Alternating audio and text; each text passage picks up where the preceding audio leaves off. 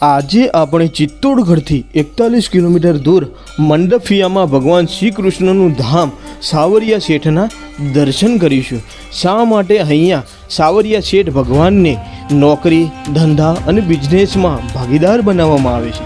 બોલારામ ગુર્જર નામના ગોવાળને ભગવાન કૃષ્ણની 3 સુંદર મૂર્તિઓ ક્યાંથી મળી આવી?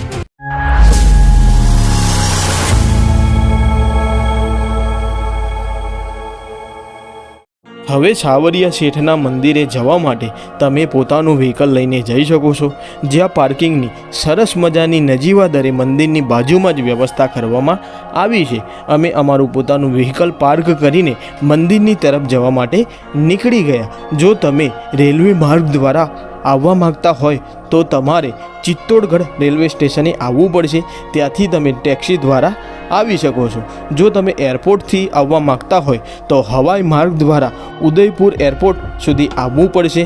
ત્યાંથી તમે ટેક્સી દ્વારા અહીંયા આવી શકો છો, અને સડક માર્ગ દ્વારા આવવા માગતા હોય તો બસ અને ટેક્સી દ્વારા પણ અહીંયા પહોંચી શકો છો। અહીંયા ભવ્યથી ભવ્ય કોરિડોર બનાવવામાં આવી રહ્યો છે। જેમ જેમ આગળ વધીએ છીએ તેમ મંદિરની નજીકમાં પહોંચી રહ્યા છીએ। હવે જો મંદિરના ઇતિહાસ વિશે વાત કરીએ તો મીરાબાઈની જેમ જ એક પરમ કૃષ્ણ ભક્ત સંત હતા, જેમનું નામ હતું દયારામ, જેમની પાસે ભગવાન કૃષ્ણની મનમોહક મૂર્તિઓ હતી। ઔરંગઝેબની મુગલ સેના જ્યારે મેવાડ રાજ્યમાં મંદિરો તોડી રહી હતી ત્યારે તેમને આ મૂર્તિઓ વિશે ખબર પડી હતી। ત્યારે દયારામજીએ આ ત્રણેય મૂર્તિને છાપરામાં એક ઝાડની નીચે છુપાવી દીધી હતી। વર્ષ 1840માં મંડફિયામાં રહેનારા બોલારામ ગુર્જરને સપન આવ્યું કે આ જગ્યાએ ભગવાન કૃષ્ણની સુંદર મનમોહક મૂર્તિઓ છે। ત્યાર પછી ત્યાં ખોદકામ કરવામાં આવ્યું તો સપનું હકીકત સાબિત થયું। આ ત્રણેય મૂર્તિઓને અલગ અલગ જગ્યાએ સ્થાપિત કરવામાં આવી। એક મૂર્તિ અહીંયા મંડફિયામાં સ્થાપિત કરવામાં આવી, જેને સાવરિયા શેઠ મંદિર તરીકે વિશ્વભરમાં વિખ્યાત છે। અને લાસ્ટમાં આપણે એ જગ્યાના પણ દર્શન કરીશું જ્યાં આ ત્રણેય મૂર્તિઓ પ્રગટ થઈ હતી।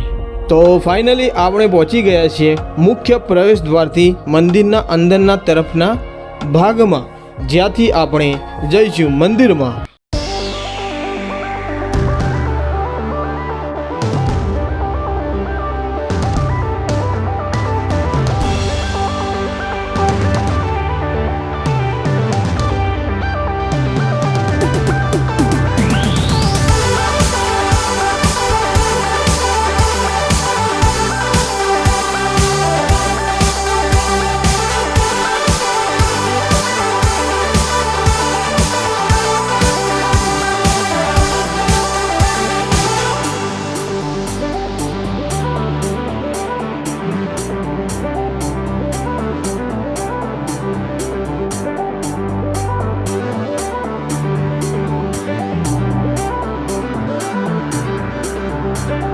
જે ઘડીની આપણે પ્રતીક્ષા કરી રહ્યા હતા કે ક્યારે આગળ ચાલતા ચાલતા ભગવાન સાવરિયા શેઠના દર્શન થાય, તો એ ઘડી આવી ગઈ છે।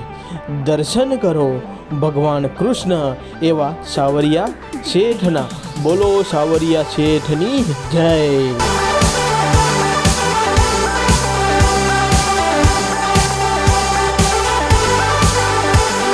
સાવરિયા શેઠના દર્શન થઈ ગયા છે, ત્યારે હવે આપણે બહારની તરફ જઈશું। ભક્તો માને છે કે સાવરિયા શેઠ તેમની દરેક પ્રાર્થના સાંભળે છે અને તેમની દરેક ઈચ્છા પૂર્ણ કરે છે। આટલા વર્ષોમાં આ મંદિર અસંખ્ય વાર્તાઓ સાથે સંકળાયેલું છે। ઘણા ભક્તો આ મંદિરની મુલાકાત લીધા પછી તેમની દરેક ઈચ્છા પૂર્ણ થવા, બીમારીઓમાંથી મુક્ત થવા, સ્વસ્થ થવા, જીવનની દરેક સમસ્યાઓમાંથી રાહત મેળવવાનો વાસ્તવિક અનુભવ શેર કર્યો છે। વેપારી ભક્તો સાવરિયા શેઠને વેપારમાં ભાગીદાર બનાવે છે, કારણ કે અહીંયા માન્યતા છે કે અહીં ભગવાનને ભાગીદાર બનાવવાથી નોકરી, ધંધા અને બિઝનેસમાં વૃદ્ધિ થાય છે। હવે આપણે આવી ગયા છીએ જ્યાંથી ભગવાન કૃષ્ણની 3 મૂર્તિઓ જમીનમાંથી મળી હતી, એવા ભગવાન સાવરિયા શેઠના પ્રાગટ્ય સ્થાને, જ્યાં તમે દર્શન કરતાની સાથે જ શાંતિનો અનુભવ થશે। ભગવાન સાવરિયા શેઠનું આ પ્રાગટ્ય સ્થાન સાવરિયા શેઠના મંદિરથી 7 કિલોમીટરના અંતરે આવેલું છે। જો તમે આ મંદિરના દર્શન નથી કરતા તો દર્શન પૂર્ણ થતા નથી એવી માન્યતા છે. તો બોલો સાવરિયા શેઠની જય.